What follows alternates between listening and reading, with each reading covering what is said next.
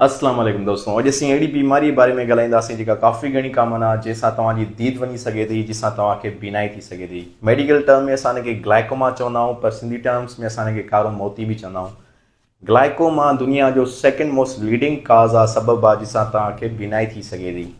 अचो त हिन बारे में ॻाल्हायूं त ग्लाइकोमा तव्हां में बीनाई कीअं काज़ थी कराए। ग्लाइकोमा जी जेका इंसिडेंस रेट हूंदो आहे, अमूमन जेका ग्लाइकोमा उहा 40 साल खां बाद में थींदी आहे। ऐं जंहिं शख़्स खे ग्लाइकोमा थींदी आहे त उन आई बॉल में जेको प्रेशर हूंदो आहे कुझु फ्लूइड जे करे उहो आहिस्ते आहिस्ते वधंदो आहे। ऐं हिन प्रेशर वधण जे करे जेका असांजी ॾिसण वारी रग हूंदी आहे, जंहिंखे असां ऑप्टिक नर्व चवंदा आहियूं, उनखे आहिस्ते आहिस्ते डैमेज थींदो, या नर्व जॾहिं डैमेज थींदी त असां में बीनाई थी वेंदी आहे। ही तव्हां चार्ट ॾिसो, हिननि में 10 मुल्कनि जो मेंशन कयो वियो आहे। इहा 2020 जी डेटा आहे, जंहिंमें सभिनी खां वधीक बीनाई आहे या ब्लाइंडनेस जा केसिस आहिनि। असांजो जेको मुल्क आहे पाकिस्तान, उहो 7 नंबर ते थो अचे। असांजे मुल्क में 2 करोड़ 60 लख जी आबादी आहे जेका बीनाई जहिड़े मर्ज़ में मुब्तला आहे। हीअ अॻे तव्हां चार्ट ॾिसो, इहा जेका चार्ट आहे हिन में हिकिड़ी जेका अख आहे उहा नॉर्मल आहे, ऐं ॿी अख आहे जंहिंमें ग्लाइकोमा आहे। तव्हां ॾिसी सघो था आई बॉल में प्रेशर वधे थो, आहिस्ते आहिस्ते इहो प्रेशर एतिरो वधंदो जेको असांजी नर्व हूंदी आहे, ऑप्टिक नर्व, हुनखे डैमेज कंदो, जंहिंसां असां में बीनाई थी वेंदी आहे। अचो त हाणे हिन बारे में ॻाल्हायूं त हीअ जेका ग्लाइकोमा बीमारी आहे इहा आख़िर थिए छो थी। ग्लाइकोमा जेका नई रिसर्च थी ॿुधाए त इहा ऑटोइम्यून बीमारी आहे। अच्छा, ऑटोइम्यून बीमारी छा आहे न, त मुंहिंजी काफ़ी वीडियोज़ चयल आहिनि। अगरि तव्हांखे मुख़्तसिर ॿुधायां त ऑटोइम्यून अहिड़ी बीमारी हूंदी आहिनि जंहिंमें असांजो जेको ख़ुदि जो सिस्टम हूंदो आहे, क़ुव्वत मुदाफ़ियत वारो असांजो डिफेंस सिस्टम, उहो ई असांजी बॉडी खे अटैक कंदो आहे। जॾहिं असांजो डिफेंस सिस्टम ई असांजी बॉडी खे अटैक कंदो ऐं उन खां पोइ असां में ई बीमारी ख़ासि कराईंदो, हिनखे असां ऑटोइम्यून बीमारी चवंदा आहियूं। हिकिड़ी ॿी रिसर्च आई त कोरिया में 6000 माण्हुनि ते रिसर्च कई वई त जिन माण्हुनि खे ग्लाइकोमा जी बीमारी आहे उन सभिनी में वाइटामिन डी जी डेफिशिएंसी पाई वई, अमूमन वाइटामिन D3। अच्छा, अगरि अलामतनि जी ॻाल्हि कई वञे त ग्लाइकोमा या कारे मोती में मरीज़ में कहिड़ियूं अलामतूं थी सघनि थियूं, त उन्हनि में अचूं त सभिनी खां पहिरियां तव्हांखे अख में शदीद सूरु पवंदो। सेकेंड ते आहे त तव्हांजी अखियूं ॻाढ़ियूं थी वेंदियूं। उन खां पोइ आहे तव्हांजी जेका अखियूं आहिनि उहो तव्हांखे धुंधलोपन महसूसु थींदो। उन खां पोइ तव्हांखे मथे में सूरु पवंदो, प्लस में तव्हांखे नाज़िया या उल्टियूं वग़ैरह थी सघनि थियूं। अगरि इहे अलामतूं तव्हांखे थियनि थियूं त तव्हांखे फ़ौरन पंहिंजे अख जे डॉक्टर सां राब्तो करणु खपे।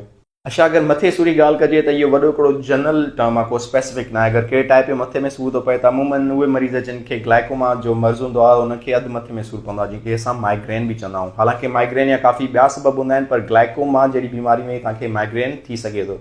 ही टाइप्स तव्हां मथे सूर जा ॾिसी सघो था, जंहिंमें सभिनी खां पहिरियां माइग्रेन आहे, जंहिंखे असां अधु मथे सूरु चवंदा आहियूं। माइग्रेन बेसिकली इन जा काफ़ी रीज़न्स आहिनि, पर ग्लाइकोमा वारे मरीज़नि में बि माइग्रेन थी सघे थो। अगरि तव्हांखे बार बार रिकरेंट माइग्रेन थिए थो त हिकु दफ़ो पंहिंजे अख जो चेकअप बि लाज़िम कराए छॾियो।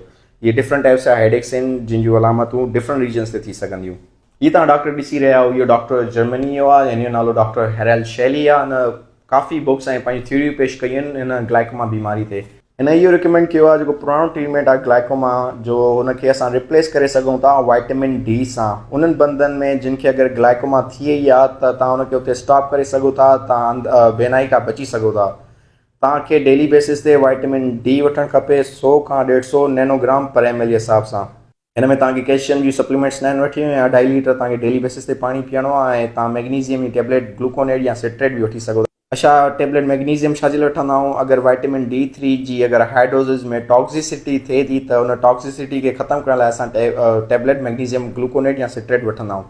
प्लस में कहिड़ा खाधा आहिनि जेके तव्हांखे न आहिनि खाइणा अगरि कंहिंखे ग्लाइकोमा जहिड़ी बीमारी आहे? हुन में तव्हांजी कैफ़ीन अची वई, प्लस में तव्हांजा अनसेचुरेटेड फैट्स अची विया, जेको तव्हां कुकिंग ऑयल इस्तेमालु कंदा हो अक्सर, ख़ासि करे स्ट्रीट फूड्स में, उहो काफ़ी अनहाइजीनिक हूंदो आहे, रहंदो तव्हांखे वर्स कराए सघे थो। प्लस में तव्हांखे मिठण वारा खाधा आहिनि उन खां परे रहणो आहे, प्लस में जेके फास्ट फूड जहिड़ी शयूं तव्हांखे हुनखे बि परहेज़ करिणो आहे।